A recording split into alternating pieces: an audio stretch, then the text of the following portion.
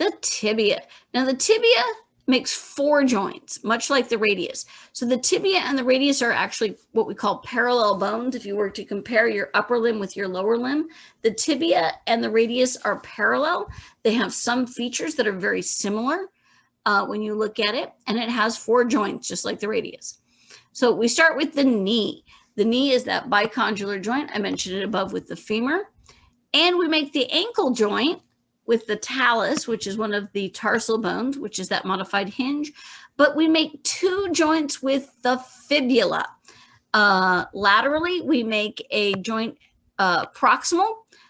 The proximal tibiofibular joint is a little planar joint. We found that little dime-sized facet on the underside, on the inferior side of the lateral condyle. And we make that syndesmosis distally.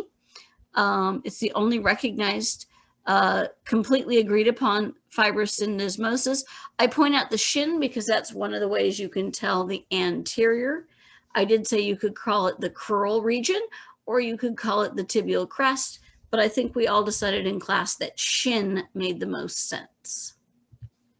Let's look at the proximal tibia. So the proximal tibia has the medial and lateral condyles. Now, in class, I would never ask you to tell medial lateral without the distal end, because it is the distal end that tells you which one it is. Between them, you have the intercondylar eminence. That's the D. The intercondylar eminence fits into the intercondylar notch of the femur. It is the attachment for that ACL point to hold the knee together. And on the anterior, you have this great big knob called your tibial tuberosity. And if you feel just inferior to your knee at the top of your tibia, you will find your very own tibial tuberosity. That is the point that you frequently, when you skin your knees as a kid, you hit your tibial tuberosity. If we look at the posterior, we have this little dime-sized facet. That's for the head of the fibula. This is where we get that planar joint. I pointed out the condyles and the intercondylar eminence, but really what I'm after with this posterior view is this ridge of bone that I just circled in red. That is called the soleal line, and the soleal line is a key element of the posterior. It is for the muscle soleus. At the distal end, we have the medial malleolus. Now, when you have an intact tibia, the first thing you want to do is find that medial malleolus, because what you're going to be looking for is that hook, because that will tell you at the proximal end which is medial and which is lateral for the condyles. You find your medial malleolus. If you feel on the inside of your very own ankle, you will easily find your medial malleolus. It forms the medial portion of the socket for the ankle joint. We do have a fibular notch, just like we had on the upper limb. That's where the syndesmosis is. And the bottom surface of the most distal surface of the anterior of the tibia is this tibial plafond. It means platform, but they call it a plafond. This is where we actually make the ankle joint. And if you felt on the inferior surface of your tibia, it would have been very smooth. How do you tell right versus left on the tibia? The trick to this one is find your medial malleolus first. I know I put it as the third reason, and saying the medial malleolus is medial sounds a bit redundant, but if you can find your medial malleolus, then you know that this is medial at the superior end. The condyles, of course, are proximal or superior because you don't want to hold it upside down. And then you pick something like the tibial tuberosity is anterior or the soleal line is posterior. Remember that the anterior kind of points out or has this ridge coming forward. You can find your shin. On the posterior, it kind of shelves in and then makes the soleal line. So that is right versus left tibia. The key is that medial malleolus must be medial. Let's look at the fibula. The fibula makes 3 joints also. The key is it is part of the ankle joint. Unlike the wrist, which was only the radius and the carpals, the fibula becomes part of the ankle joint with the tarsals. This provides the extra stability that the ankle joint needs. The ankle joint is much more stable than the wrist joint because we put all of our weight on it. But part of what creates that stability is the fact that we add the fibula as a lateral stabilizer.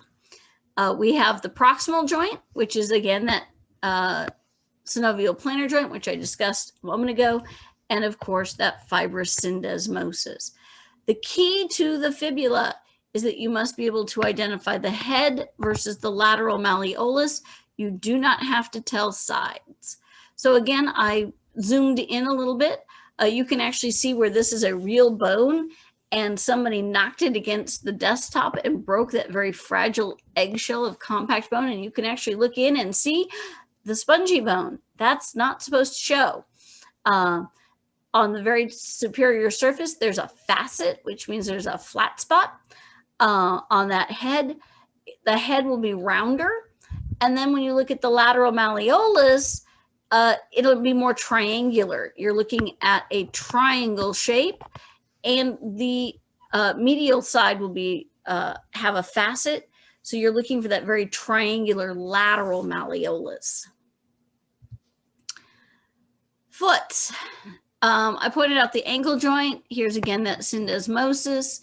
And if we think about the joints of the foot between the tarsal bones, the in-between joints of the tarsal bones are all planar joints.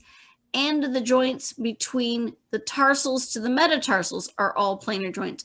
There is one saddle joint in here, but I'm not worried about you knowing which one's the saddle joint. They're just all planar. And then when we get down to the metatarsal to the proximal phalange, we're looking at condyles again. Just like in your hand, where the knuckle joints between the metacarpals to the first phalange, the proximal phalange, those were condyles. It's a condyle in the foot as well. And then between the phalanges, just like in your hands, those interphalangeal joints are hinge joints. If I look at the bones, I labeled the tibia and fibula for reference, but you have to be able to identify the talus, which in this picture is bone A, and you have to be able to identify by name the calcaneus. You would always get this as an intact foot. You would not get single bones where you just have to identify them. So the other bones you just have to identify as the tarsal group. Yes, they have names, but we're not as interested in them. When we get to the metatarsals, we number them 1 through 5, just like we did for the metacarpals.